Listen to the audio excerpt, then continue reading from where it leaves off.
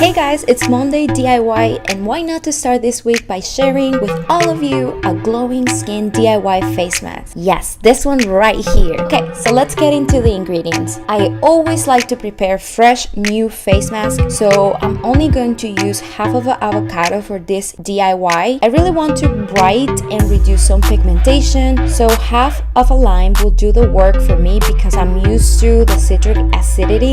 But if you never apply or you have sensitive skin, please add half of a spoon of lime and half honey.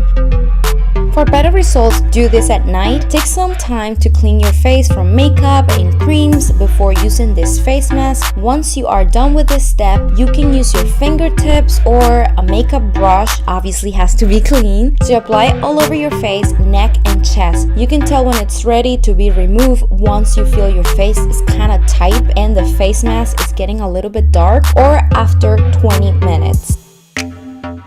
One of the best things about making an avocado face mask is how on budget you can still have glowing and super hydrated skin. If you want to remove fine lines and reduce the appearance of wrinkles, avocado face mask should be the one on the top of your list.